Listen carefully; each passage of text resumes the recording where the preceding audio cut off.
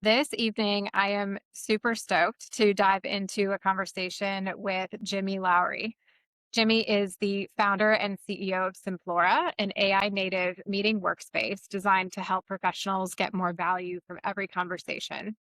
After recognizing that traditional meeting tools were capturing conversations, but doing little to help people prepare, think, or follow through, Jimmy and his team made a bold bet to create a platform that proactively supports users before, during, and after every meeting.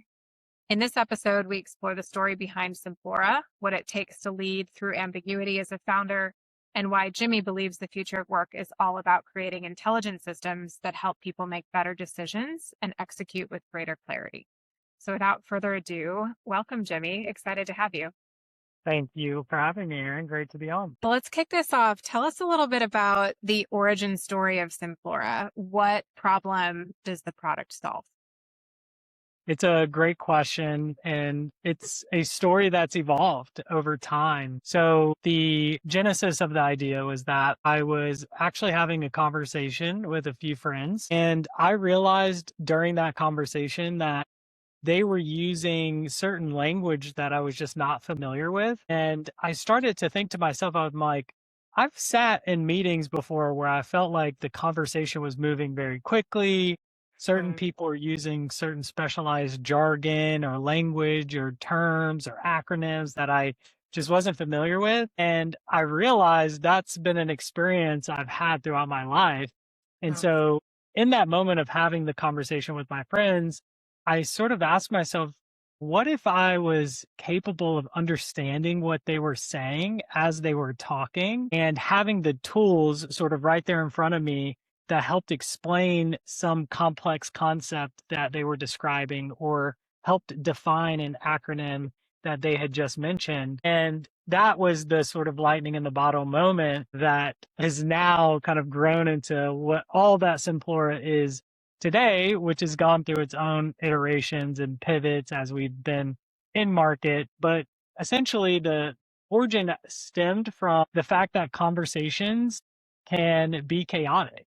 And when you're having a back and forth or you're talking with a group of people, that exchange of language and ideas, it can range all over the place. And so the sort of question became, is it possible for our software and our meeting tools or our meeting offerings to be able to actually help give us the proper support and assistance during a conversation so that we can better navigate it and be more informed? So that was the origin story, but yeah, Simplora has evolved a long way since then. The idea is genius. I think aside from just being more informed, I think people being more present in a conversation. Yeah, I think about times where I've been struggling to keep up, or maybe there's been some jargon that I don't understand, and I'm off, on my phone Googling, or, these days like GPTing, what does this mean? And trying to keep up. And so not having that distraction, I think, goes a long way to a richer conversation for sure. Tell us Yeah. a little bit about, like, you mentioned in our last conversation that you've had to really respond fast to feedback from the market or kind of noticing windows of opportunity. Tell us a little bit about your experience there while you built Simplora, and kind of what it feels like as a founder to lead through those moments. Yeah. So, going back to our genesis, our origin story, we started in a market in which we were trying to bring a kind of a solution that was providing a sort of learning and development type of value. Mhm. And it was it was really kind of aimed towards this idea of how do we give someone the ability to comprehend or learn from this meeting that they're currently in. And as we put the product into market and started to collect feedback, what we quickly realized is that, for one, HR departments and teams who are the traditional buyers for learning and development solutions are notoriously underfunded. And Mhm. so they don't typically take up a large portion of the budget that is generally allocated across departments. They get a small sliver of that department in sort of these kind of like larger organizations that do support HR functions. And so we started talking with those who worked in these HR teams, and we would hear like, okay, well, we only have so much budget, and so we really have to figure out how to make this work. And so we were willing to figure that out. But then the second sort of layer there was that HR is also less likely to move quickly as it pertains to new software. And so they're just a little slower at times to adopt new software, especially if they feel as if the software that they have works. And so it has to go through kind of a lot of iterations to get the attention of kind of the HR buyers and those decision makers. And so, anyways, long story short, we quickly realized that the way we were positioning our product as a learning and development solution and the market we were attempting to go after, that being more of HR, it just wasn't working. And I think the kind of the learning opportunity there was like, how do we ensure that we're not falling in love with the assumptions that we had going into this, right? How do we ensure that if we're receiving certain signals from the market, that we can actually take those signals and act upon those signals? So thinking of those as opportunities to learn and then to kind of move faster and move swiftly if need be. And that even means like we have to make an uncomfortable decision to pivot or to kind of go a different direction. And that is where we ended up. And so we actually shifted from a sort of real-time comprehension based meeting solution to what we are today, which is a meeting workspace that helps equip professionals with intelligence throughout the full meeting life cycle. So before their meetings, they get advanced meeting preparation with context about prior conversations and insights about the participants they're meeting with. During the conversation, they've got this real-time proactive intelligence that's not only defining acronyms that are being used, but it's also taking action for them during that call. A prime example that I love and a lot of our customers love is our real-time fact checker. So if someone makes a claim during a meeting, the real-time proactive fact checker will actually go out and use publicly verifiable data to fact check what was just said. And so we have this real-time intelligence that's just become way more robust, way more valuable for the day-to-day professional, just based on us being in the market and hearing that feedback. And then after calls, you get all of your meeting notes like you would a traditional meeting note taker, but we built in the actual layer to allow you to execute upon those action items. And so you can activate agents that will send that email or update that CRM or do a multi-step kind of workflow and send an email, update a project tracker, and take that next step, whatever needs to happen. And then you can analyze all of your conversations. So all of those meetings that you have across all of the different teams that you're talking with, customers, you can analyze all of those in one place. And so as you can tell, that has grown from where we started. And Yeah. that's required growing pains all the while. I am just envisioning using your product, and I would love to experience it because it sounds actually like some really good software that we use specific to interviewing, of like preparing before, having the context during and then after. But to have that for any interaction, I think is really powerful. I think back to being inside corporate America, and you're so scheduled, especially once you move into a leadership sort of scope. You are just running from one meeting to the next. And I can't even tell you how many times I'd wander into a meeting and I'm like, I don't remember why I'm here. I'm not sure if I knew in the first place. And you're playing some catch up. And I think you're solving some Yeah. real problems there. But I want to pick into something you mentioned, which was the bit about growing pains. And you've got, it's not just you at Simplora, you've got a team around you. And so tell me a little bit about as a founder and you're kind of leading through these inflection points or maybe even pivot points in the product development and the go-to-market plan, how do you kind of ensure that everybody is on the same page and bought in when change is maybe uncomfortable? So my perspective on this is that as the founder of a company or the CEO, someone who sits in a leadership position, one of your main goals is to constantly cast vision, right? So, and that vision may evolve. It may change. It may not just be I have this one specific vision that has this one specific end state. It may be something that's like, hey, here's the vision for what we're working towards in this season, and here's what we're rallying around because this is what we're looking to bring to life. And constantly casting that vision sort of it gives your team the ability to have the picture of kind of where they're going, and then it gets buy-in because ideally, right, or hopefully they're able to kind of control their perspective on that vision, and you're able to sharpen one another and sort of work towards something that you're collectively balled in on. And so every time we've gone through these pivots or shifts as a company, I am going to our team and I am saying like, hey, here's kind of where we've been at. Here's what we've learned. And based on what we've learned, here's what we're planning on doing next. Mhm. Here's the vision of where we're headed based on this data that we now have that's given us this insight or this new perspective that we didn't previously have.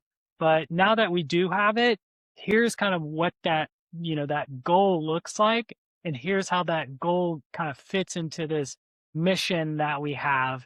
And then here's the vision for what we're looking to accomplish based on that goal or those objectives and our overall mission. But I think casting vision's extremely important as a founder, as a leader, and it's okay that your objectives change and the way that vision looks changes.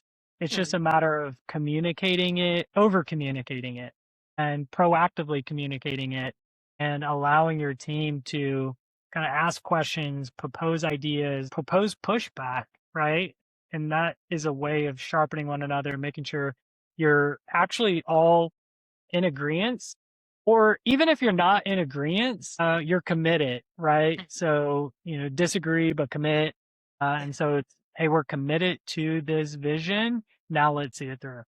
My favorite part about what you said was, here's the vision for this season. And I think if you reinforce that over and over again, people maybe get more comfortable with change and they're expecting things to change rather than maybe settling into this is sort of what we'll work on forever and it Yeah. will be the same. Yeah. So we may have to borrow that one. That's a really great framing. Yeah, and I want to add to that, right? Context helps here. So we're an early stage startup, we're Mm. pre-seed startup, post revenue, right? But we are just by nature going to be working in an environment that comes along with a lot of ambiguity. And it does require the type of personality who is adaptable and understands that there's going to be that level of ambiguity and be those changes that could happen very swiftly and rapidly. And we all need to sort of understand that and then be able to kind of move forward from that. Whereas if you're in a larger organization, that change in itself, right? There's a whole sort of philosophy behind it, change management, and Yeah.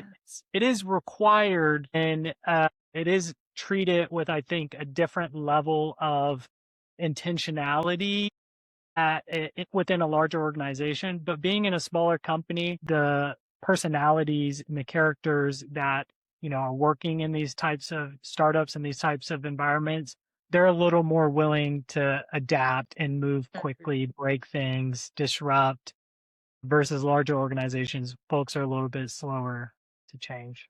Yeah, an important distinction. I think the way you handle it has to look different because the way the company operates is so different. And so, what is next for Simplora in the next season? What is the team focused on? Yeah. Yeah. So going back to casting vision, right? So I'll share a little about where we're headed.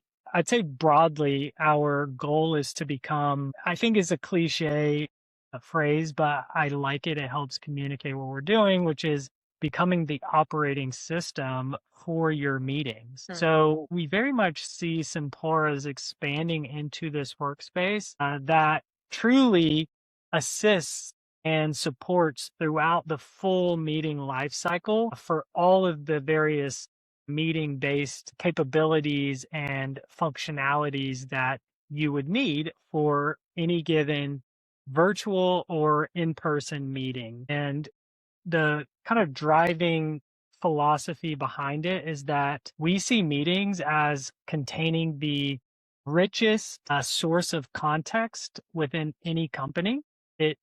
All of your meetings contain the most up to date context. And what Mhm. traditionally happens is that you gather and scatter. So all of that context is sort of coming together within the meeting, and then it's being scattered into all of your systems, and it's sort of being spread out from one place to the next. And so our philosophy is that within the kind of the moment of gathering and everything that surrounds it, it should be way more intelligent and it should be way more autonomous. And Mhm. so how do we build out this operating system for your meetings to make it more intelligent and more autonomous and to pretty much collapse what has effectively happened, which is a kind of sprawl of all of these different tools that are kind of really only serving as point solutions for different stages of your Mm. meeting.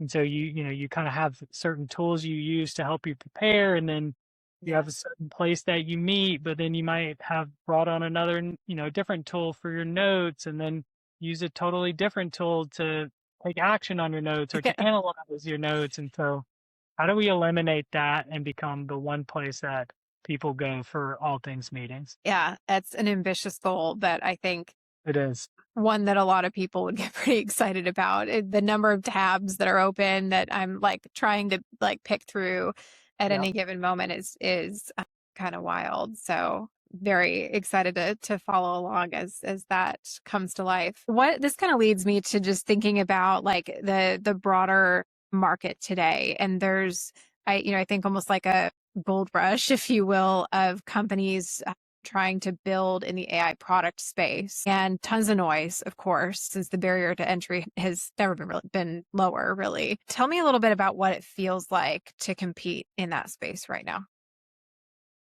Yeah. So the market is moving very swiftly, very quickly. We see, of course, every day in tech and AI that there's some new innovation, new way of working, a new model has dropped, new tech that's supposed to be game changing. And in many ways, it's exciting, but in a lot of other ways, it creates noise. And the difficulty is not necessarily, I think, on my end as a founder to sift through that noise as much as it's on the end of our consumer who is looking to discern what's legitimate, what's not, what is just hype and hearsay or good marketing, and what's something that's actually working and actually valuable and actually going to kind of 10x our initiatives or our goals or make us more effective, more productive, more efficient, whatever. And so the way that we stand out is we build trust. So we are focused on being a trustworthy solution first and foremost.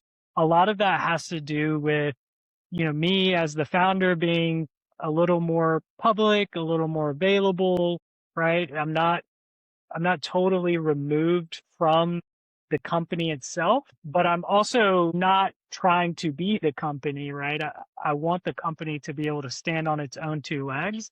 But because I've built up trust in my circle, that does extend then to our company and what we're doing. And so in order to stand out, we have to establish trust in the solution and its reliability and its value. And I have to then reinforce that. At the same time, we also have to pay attention to our brand and how our Mm. brand is being represented. And so, we make a conscious effort to kind of pay attention to how we are presenting ourselves in the market so that it doesn't just look like AI slop. It looks like a company that, there's a team who is thinking intentionally about these decisions and about what we're creating and we're producing and we're putting out there. And so we're focused on like establishing trust and then our brand identity, and everything else past that is of course going to come down to distribution, marketing. But even then, let's say you start to build up a user base like we have, you still have to have a good product that delivers upon what you've promised. And it Mhm. actually has to solve a true pain point or problem. And we put a lot of time and love into crafting our product in a way that feels simple and intuitive and effortless. And that helps kind of reinforce that sense of like, okay, this is a solution I can trust and rely on. That helps generate word of mouth. That helps generate introductions. And so that even helps on the distribution and marketing side. But there's a lot of creative ways to stand out from a marketing perspective. But I Mm. think most importantly, it's going to come down to trust overall. If you want to be a solution people adopt and use long term, and the way you Yeah. represent your brand, and then just how effective your product truly is.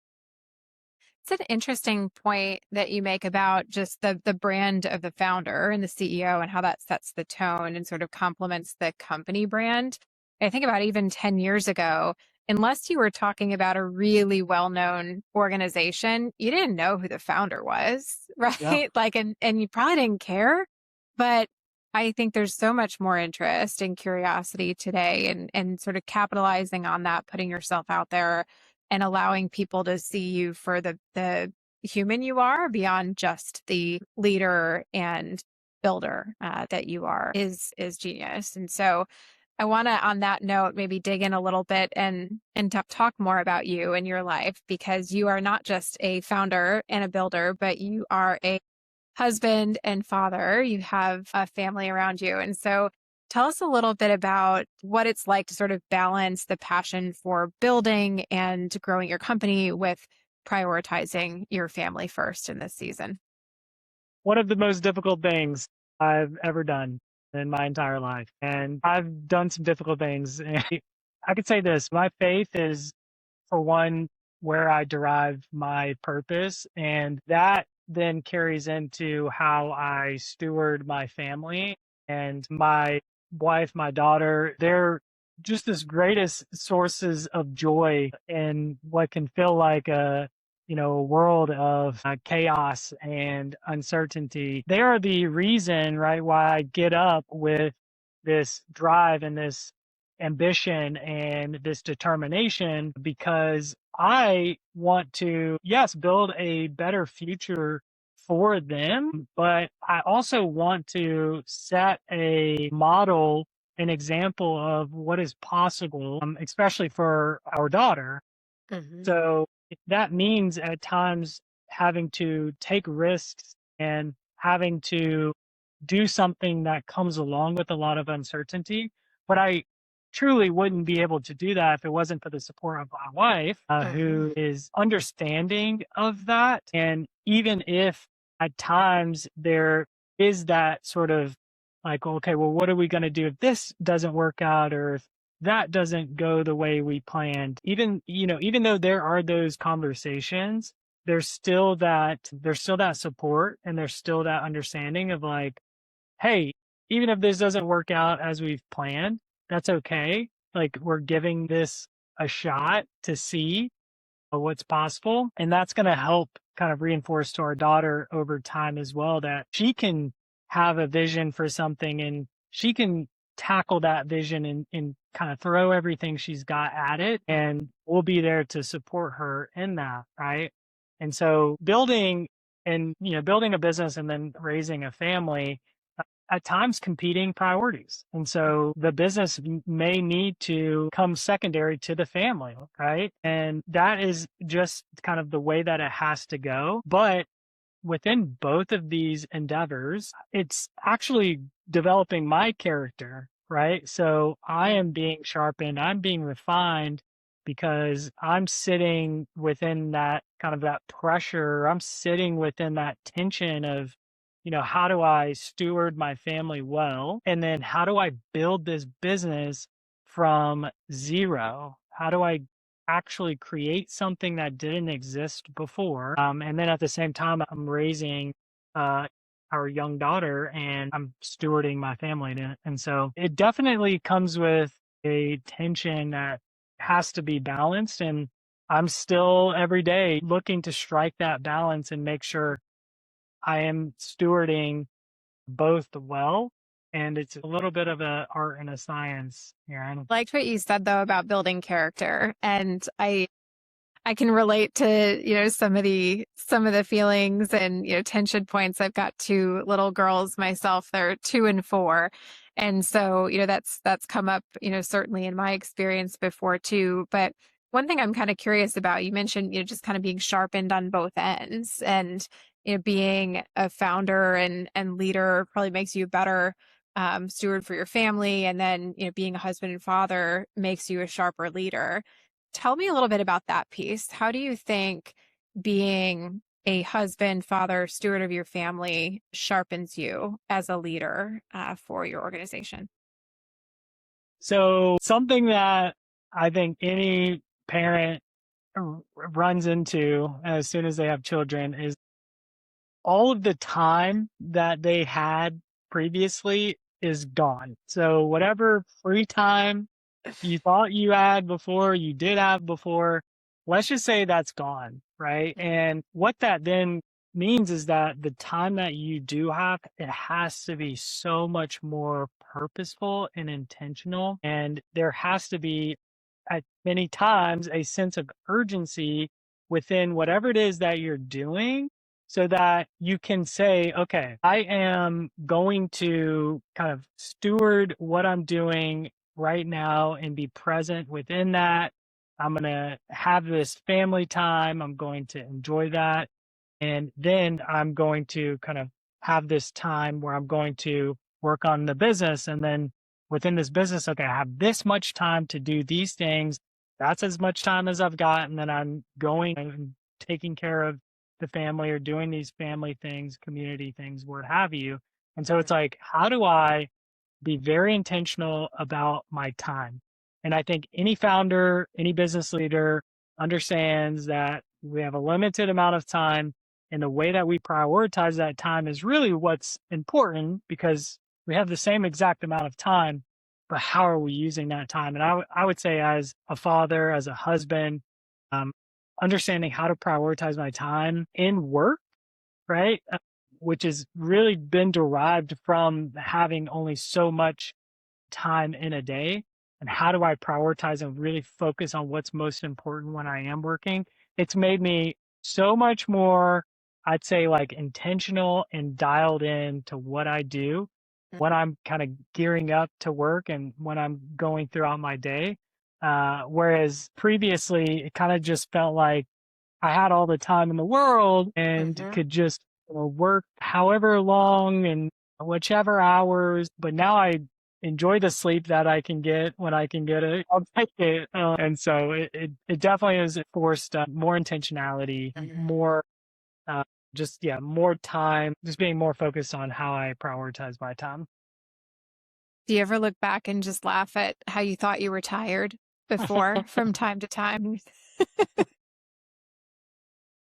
I think I exist in a perpetual state of tired at this point. So I don't even know what anything outside that looks like. And remind me, your daughter's young. How old is your daughter? She just turned 14 months on the Oh, 6th. wow. Yeah. Uh, So she is so small. What do you hope for her in terms of as she watches, you and your wife kind of lead through this build and this experience? What do you hope that she observes and takes away from that? It's a great question. Yeah. So I would say that, we talk a lot about instilling work ethic in our children and wanting our children to understand the sort of skills or the character traits that are necessary to be someone who's kind of driven. And I think those are important, but I actually would prefer to model more of a sort of well-rounded father who, is capable of, taking care of his family, building and nurturing community and a spiritual life, and also running and leading a business. And for her to see that, it's possible to be well-rounded, it's possible to properly steward the areas of our lives that are important to steward and to nurture. And it's not just this like 24/7 hustle culture, like grind. I don't have this like desire for her to be like gonna go and do these crazy work things. And like, that's not my intention as much as I would say like her seeing a model of like just taking care of what's in front of you. And yeah, that may mean taking risks in something like work or your profession, pursuing something and being willing to kind of chase that dream. But that to me is all a part of being well rounded. And so you can also accomplish that, right? Even if you work a kind of traditional like corporate job or a 9 to 5, like whatever. You don't have to be an entrepreneur to be well rounded or to even have a strong work ethic. And so that I would say is what I hope to be able to instill in her, what we talk about as a family, and that um, most importantly, her faith, but also understanding that she can be well rounded in these areas of life.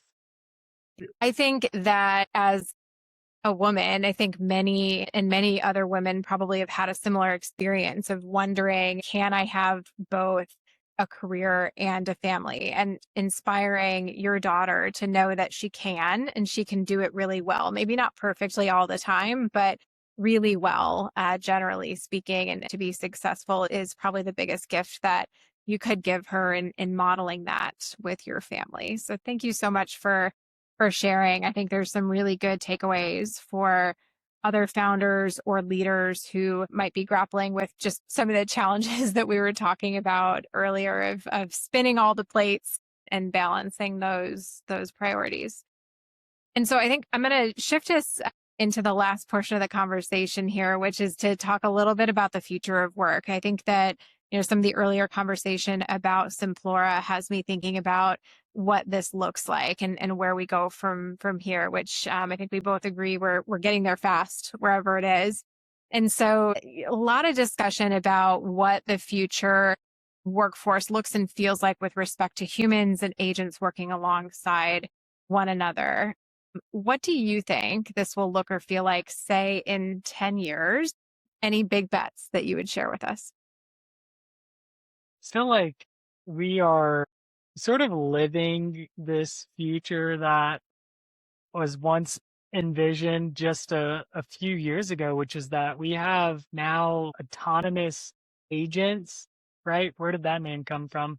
But we have autonomous agents that can literally execute our work for us. And this is really profound and extremely early. And so I think that we'll only see a continued evolution of that technology, meaning having these specialized AI agents that are capable of doing the work for us, which will mean that, especially for knowledge workers, right? It'll mean that our work will consist of managing these agents Mm.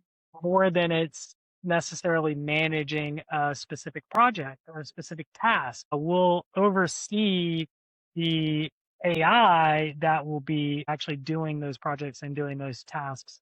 And so there is, of course, I think, common or maybe let's say understandable debate of whether or not AI is taking jobs or creating jobs. My take on it is that it's doing both. simultaneously. Mhm. And maybe we'll net out with it creating more opportunities at the end of the day, but we're going to see a fluctuation either way. And I do think that there will always be the need to have human in the loop for specific types of companies and specific types of roles, but there will be others that can just be totally automated and will be replaced by AI and AI agents and even whatever maybe evolution that comes after AI agents, right? And so I think that we are still very early in that overall cycle, but I do expect that to just continue to ramp up over time. And my take on this is that, as we're building out this meeting workspace, how do we actually lead that, right? How do we bring about that technological innovation within what it is that we're doing? And we're not just kind of following what's already happened, but we're setting the pace for what is going to happen.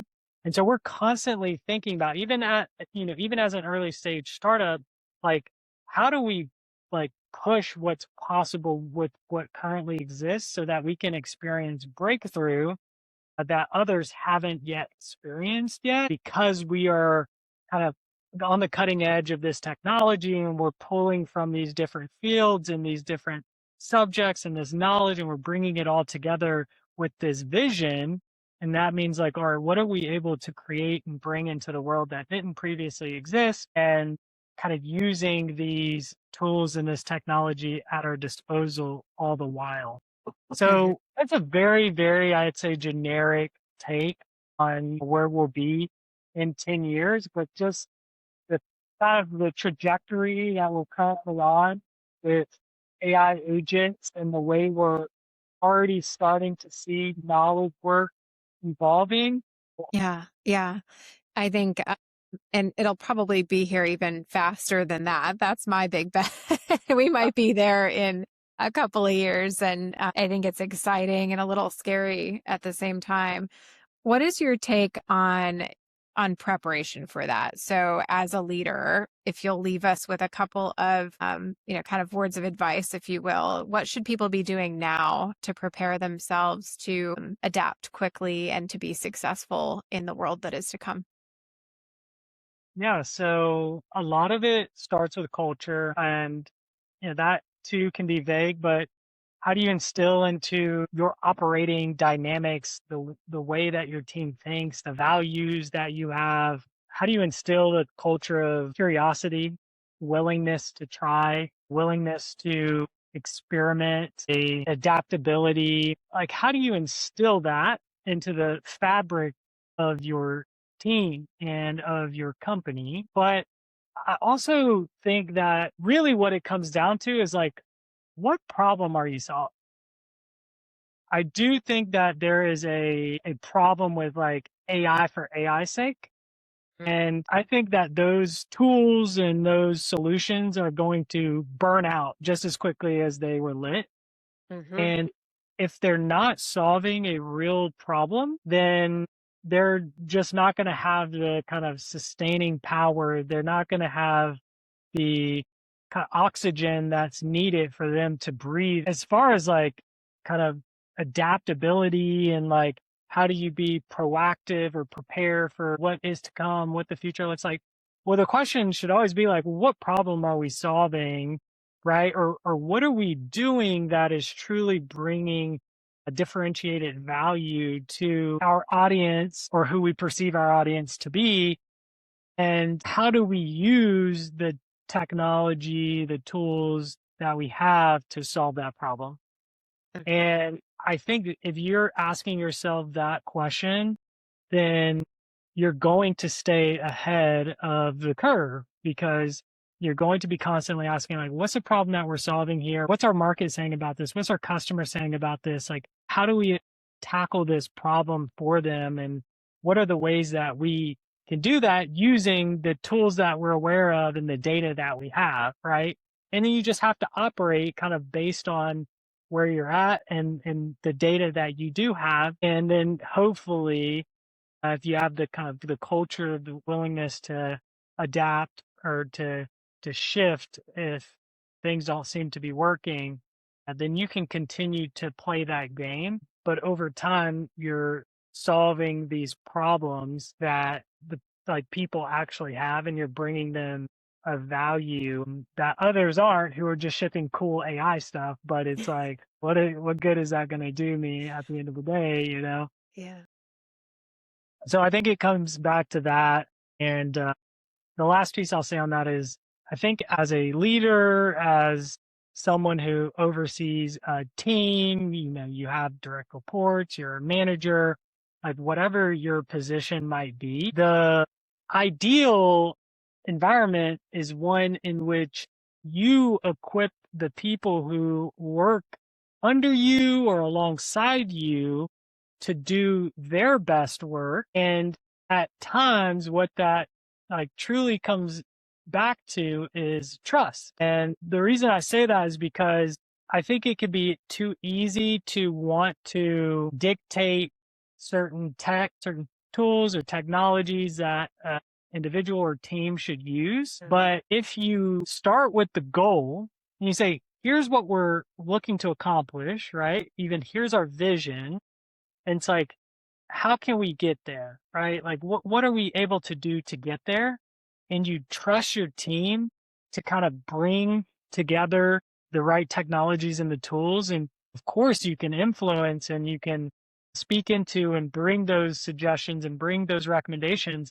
But it's like, how do you trust your team to be able to truly like execute upon the plan? And sometimes that may not mean like, I had this AI strategy and we were going to use this one specific tool to accomplish this one specific thing, where it's like, well, hey, this tool that just came out could actually accomplish what we're looking to accomplish 10 times faster and with way higher quality. So is there a willingness to try that out? And do you trust your team to be able to try a solution like that out? Or is it too locked down? Is it too rigid? And so when we talk about adaptability, there are kind of these layers to it. What problems are you solving? What's your actual goal that you're trying to accomplish? Have you instilled the culture within your team to that you trust them and you've given them the reins to be able to experiment and be curious and adapt? And it's like bringing all of that together. Just a few ways to try to stay relevant in today's market. I love that. I think that a reminder about just leadership 101 concepts, and none of that goes away because of the workforce transformation that we're jumping into or that has already begun. It actually is more important. And so it's less about, going and doing AI and more about anchoring everyone to the goal, helping them get there, making them feel safe. And that's what's going to breed your next round of innovation. So thank you for kind of framing that. I think it's a really great reminder for a lot of leaders out there. So, Jimmy, thank you so much for the conversation. I enjoyed when we first met. I really enjoyed getting to pick your brain today and looking it forward to following your continued success as you scale Simplora. If any listeners would like to learn more about you or your company, where can they find you? Absolutely. You can search for me on LinkedIn, Jimmy Lowery Jr., or you can look up Simplora, simplora.ai, and you can see everything that we've got going on those two different channels. Fabulous. Well, until next time, Jimmy, thank you so much. Thank you, Aaron. I appreciate it.